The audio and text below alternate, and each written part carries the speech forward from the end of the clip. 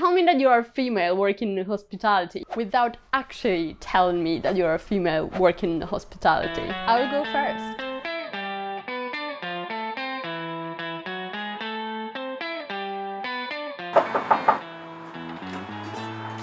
Hi ladies, come in please. I'm worth much more than £20. This is literally the most disgusting film I've ever experienced. I'm a very proud lady, do you know what I mean? Like, I don't actually let them play around me in this way. Enjoy!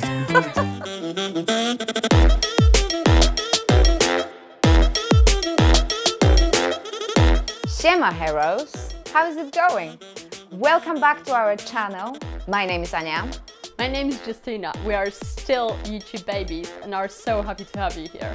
Today Kinga is gonna tell us about the beginning experience living in London and also some creepy stories about working in hospitality. Heroes, brace yourself for Kinga the Vivacious, the person who's gonna outspeak even the native. So let's watch it! Why did you come to the UK? I've been planning to come just for a few months to make some extra money to actually fix the roof in my family house. Obviously the roof is fixed, but I'm still here for a little bit longer, over 5 years now. In Poland, especially the place I'm coming from is like south. The woman should be the one who raised the children, who actually obviously give the birth to the children, because that's the base, you have to do it. You have to stay at home, you have to take care of the family, you need to look after husband, so it's like the woman should be family orientated to be the great woman. In here, from what I've noticed, like there's no such a thing at all. Like the women, I believe they just do what they want to do and like what they decide to do. Like if they want to be a businesswoman, that's fine. If they want to stay in the relationship without the kids, that's fine as well. Because like if I was speaking with my friends in Poland, like for them not having kids, that is not actually a family, which obviously in here that would never happen. How was your life in the UK when you arrived? My beginning wasn't easy at all, and I believe Justina knows like how much I've struggled. First of all, I couldn't speak English. Like I understood a lot. I understand some of the stuff, but like for me to break my barrier with the language, it was so hard. And like especially I started to work in hospitality, and then you have your current customers which expect you to be like on top of the service. What was the biggest challenge for you then?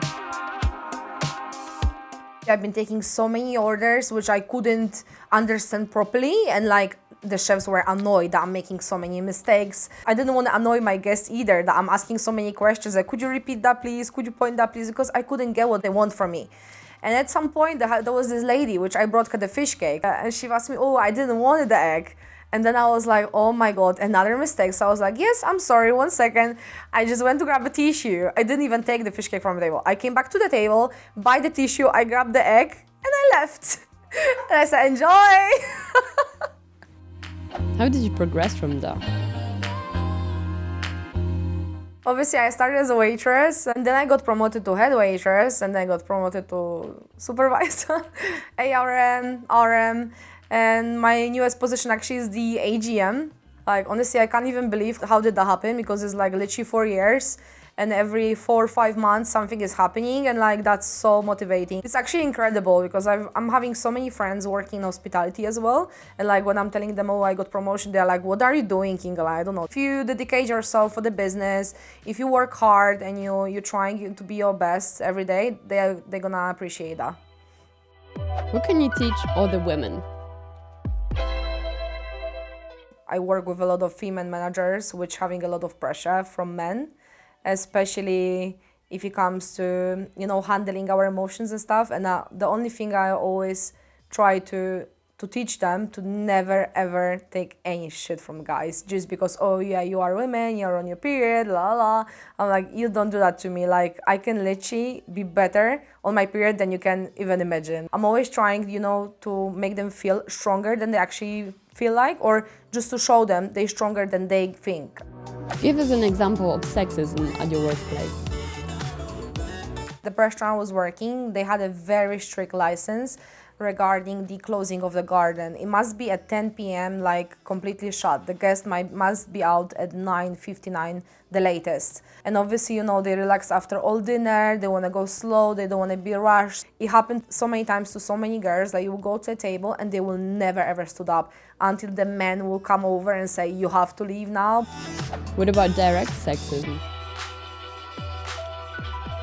Male guests can approach women on the service, especially the pretty women, which is honestly unacceptable. How many times I've got an offer for £20 in the hand, do you want to go for a drink?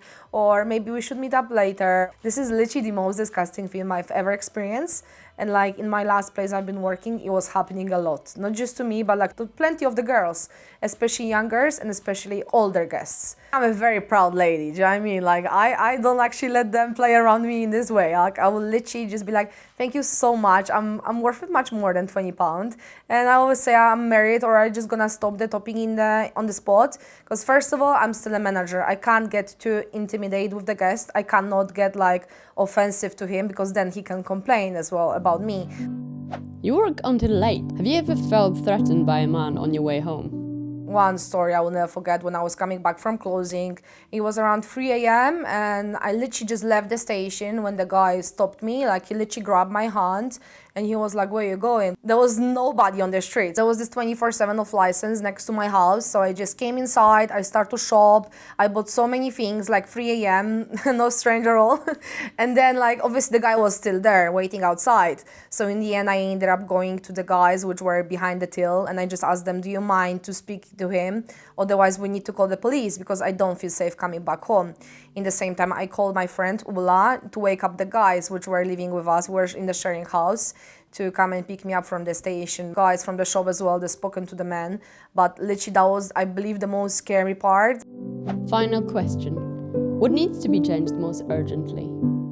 So if there is one thing I would definitely like to change is, first of all, lower the expectations, make it the same way as the boys have it sometimes. Because I believe sometimes they're really higher than they should be. The other thing I would like to change is just stop seeing women as the object of sexuality. That's literally the most disgusting thing for me, because obviously if you are going for a drink or if you flirt with the guy, perfect. But like something like workplace, that should never ever associate me with the sexual object. So if I can change something like that, I believe that will be the thing.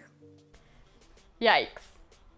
I honestly wish I had a joke to actually comment on what Kinga just said. But unfortunately, this is reality. This is something that happened to probably every woman working within the service industry. And it happened to me as well. One of my colleagues, while hugging me to say hello, he would always touch my breast. And it got so uncomfortable. Unfortunately, the only resolution was that I got transferred to another restaurant. Do you work in a hospitality? Have you ever experienced anything similar? If you have, please comment. Let us know about your story, your experience. How did you cope? What was your strategy? Hit that like and subscribe button, and we see you next Friday. See you next Friday.